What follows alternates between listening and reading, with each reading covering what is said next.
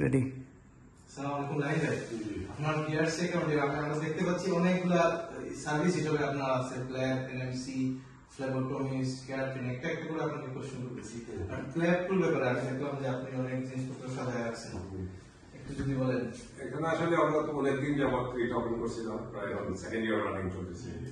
Basically club টুল যে ম্যানিকিন যেগুলো clinic OC station যেগুলো ক্লিনিক্যাল এক্সামিনেশন, ওইগুলো নিয়ে একটু মানে ট্রেনিংদেরকে প্র্যাকটিস করা হয়, কিভাবে ফর এক্সাম্পল ব্লাড টেকিং, কিভাবে সিপিআর করতে হয়, কিভাবে ব্রেস্ট এক্সামিনেশন করতে হয়, কিভাবে আইএম ইনজেকশন দিতে হয়, primary care service, secondary care survey, ওইগুলো নিয়ে যাতে মানে হ্যান্ড ইন ট্রেনিং দিয়ে স্কিল স্কিলটা হাত পাকানোর জন্য। সাহেবের কাছে একটা প্রশ্ন ছিল, আমরা তো এখন দেখতেছি জব মার্কেটের ক্রাইসিস, মানে আমাদের অনেক ক্যান্ডিডেট আছে, আমরা শুনছি যে যারা রেজিস্ট্রেশন থাকার পরেও জব পাচ্ছে না। আপনার এই ব্যাপারে আপনার কি মনে করেন, আসলে এটা কি সত্য নাকি, বা এটা হোয়াটস দ্য ফ্যাক্ট? সেখানে আসলে মানে বলতে গিয়ে এখন জব মার্কেট নিজের দ্বারা খুব কম্পিটিটিভ। এখানে সবাই মানে আগে খুঁজে এক্সট্রা স্কিল স্পেশাল কাজের আছে। লাইন যেটা আসলে যে ডক্টর একাডেমি করছে, এটা আসলে খুবই একটা ভালো উদ্যোগ। আগে হচ্ছে এখানে একটা সুন্দর একটা পরিবেশ, উন্নত মানের ট্রেনিং। এখন জব মার্কেট যেহেতু খুবই কম্পিটিটিভ, আর এখানে মোটামুটি আমরা সবাই আছি এখানে, যে ও নিজে জিপি হিসাবে আছে, আমরাও আছি। আমরা এখানে সর্বোচ্চ মানে চেষ্টা করব যেভাবে মানে জবের মার্কেটে নিজেকে কত ভালোভাবে প্রিপেয়ার করে জবের ইন্টারভিউতে রেডি করা যায়।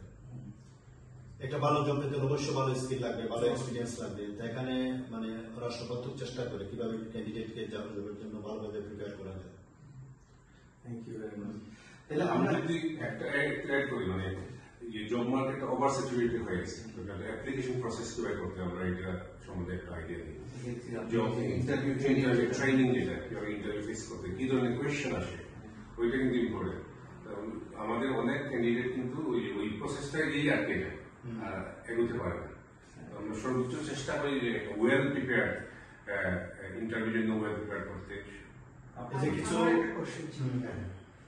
অনেকে তো দেশ থেকে আসতে পারতেছে না, যারা এই দেশে আছে ওরা এখানে এসে ট্রেনিং করবে, তো ওদের জন্য আপনি কি ফেসিলিটি দিবেন, যারা ওইখান থেকে অ্যাপ্লাই কিভাবে করবে? বা আমরা তো অনলাইন ট্রেনিং করাই, অনলাইন ট্রেনিং করাই। তো যদি কেউ আমাদের কিভাবে জয়েন করবে, আমাদের ওয়েবসাইটে গিয়ে জয়েন করতে, আমাদের ফোন নাম্বার আছে, ইমেল আছে, আমাদের সাথে যোগাযোগ করতে পারবে।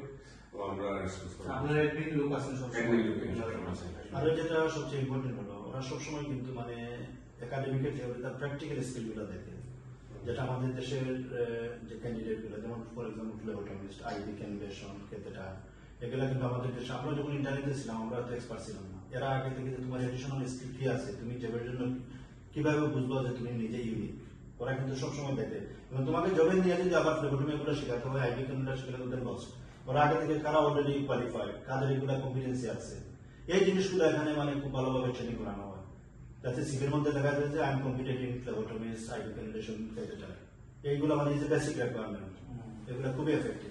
স্পেশালি জুনিয়র ডক্টর হিসেবে যখন হসপিটালে কাজ করে, মেইন যোগগুলো দিতে হবে, ওয়ার্ড রাউন্ডের পরে এই যোগগুলো আপনি যত মানে যত বেশি এক্সপার্ট হন, কুইকলি করতে পারবেন, ইউলি এফিশিয়েন্ট টু ওয়ার্ক। এই যে আরেকটা আছে যে আর্টেরিয়াল ব্লাড টেস্ট, আমরা শুধু এগুলা থিওরিটিতে পড়ে আসছি মেডিসিনে, যখন মেডিসিন ফিরতে হয়, কিন্তু এগুলোর যে প্র্যাকটিক্যাল ইমপ্লিকেশন, এই যে আর্টেরিয়াল ব্লাড টেস্ট অ্যানালাইসিস করা, কোনটা অ্যাসিডোসিস, কোনটা alkalosis, in case of emergency blood test, হাতে কিন্তু সময় মতো 5 মিনিট, রুগী কিন্তু খুব ল্যাকটেট 4.5, এখন কনসালটেন্ট যেটা বলতেছে পিএইচডি, পিসিও2, আমরা কিন্তু এগুলো জানি না। এগুলোর খুব ভালো একটা ব্রড নলেজ লাগে। আশা করি এখানে মানে আসলে এগুলোর সম্বন্ধে একটা ব্রড আইডিয়া দেওয়া হবে। আমার আর একটা কোয়েশন, অনেক নন মেডিকেল পার্সন আছে যারা দেশে এনএইচএস জব করতে চায়, যেমন হেলথ কেয়ার অ্যাসিস্ট্যান্ট, ওরা ফার্স্ট ইয়ার আপনার ফ্লেবোটমি কোর্স করতে চায়। তো আপনাদের এখানে যেমন ফ্লেবোটমি নন মেডিকেল পার্সনদের জন্য কি আপনার ফ্লেবোটমি কোনো কোর্স আছে? হ্যাঁ, আমরা করাই, ফ্লেবোটমি কোর্স করাই। এখানে দেখতেছি আপনি মেডিকেল আছে, আমরা করাই, থিওরিটিক্যাল প্র্যাকটিস করাই। তারপরে আমাদের কিছু হসপিটালের সাথে কন্ট্যাক্ট আছে, ওইখানে যে একটা ফি আছে, ওইটা ব্যয় করে তারপরে একটা স্লট দিবে, তখন ওই পেশেন্টের ডাইরেক্ট কন্ট্যাক্ট, পেশেন্টের কাছ থেকে ব্লাড নেওয়া, মানে কি করতে হবে প্র্যাকটিক্যাল দেখায়। আমরা তো এখানে মেডিকেলে দেখাবো, কিন্তু ওইখানে অ্যাকচুয়ালি পেশেন্টের কাছ থেকে আপনি ব্লাড দেবেন, এবং 1 week or 2 weeks, sometimes some people take a little bit longer. Non medical person হলে একটু সময় লাগে, ডাক্তার বা যদি হেলথ কেয়ার রিলেটেড কেউ থাকে খুব ইজিলি কিন্তু এটা পিক আপ করতে পারে।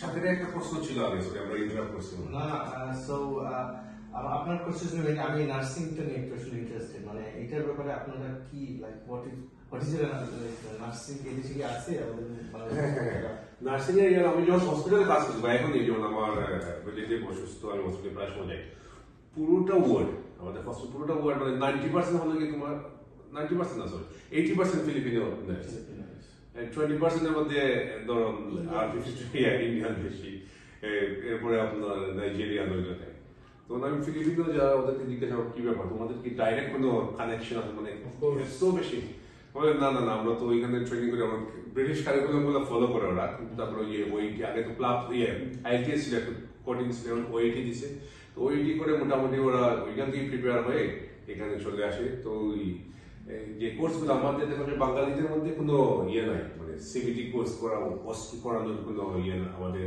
কেউ তেমন উদ্যোগ নেই আমার চিন্তা আসলে আমাদের দেশের নার্সরা তো অনেক ভেরি কম্পিটেন্ট একজন নার্স মানে পুরো একটা ওয়ার্ড কন্ট্রোল করতেছে এরা তো এখানে আসলে মানে একটা ওয়ার্ডে 18টা পেশেন্ট থাকে একজন দুইজন নার্স ইয়ে করতে কিন্তু আমাদের দেশের নার্সরা একটা ওয়ার্ডে তোমার 100 প্লাস পেশেন্ট থাকে মেনটেন করে ওয়েল স্কিল শুধু একটা পলিশ করতে হবে যে টেকনিক গুলো একটু ইয়ে করতে হবে নলেজটা একটু এম্পাওয়ার করতে হবে এই থেকে চিন্তা ভাবনা যে কিভাবে ওনাদেরকে মানে ওয়েল ট্রেন করা যাবে কিভাবে এই দেশে মানে নার্সিং জব কিন্তু ভেরি অ্যাভেলেবল এখানে মানে এখানে মানে ওরা নার্সিং শুধু হসপিটাল না নার্সিং হোম হসপিস অনেক জায়গায় জব আছে তো আমরা চিন্তা করলাম এই জায়গাটা শূন্য আছে আমাদের বাংলাদেশি নার্স বলতে আমি কোথাও আমি কোথাও পাই না কিন্তু নার্স ডাক্তার আছে কিন্তু হেলথ কেয়ার সিস্টেম অন্যরকম আছে হেলথ কেয়ার আছে কিন্তু আমি কোনো নার্স পাই না এখন পর্যন্ত তো আমি চিন্তা এইটা এই সেক্টরে আমাদের অনেক ডেফিসিয়েন্স আছে আমি চিন্তা ওইখান থেকে একটা দেশের মানুষকে যদি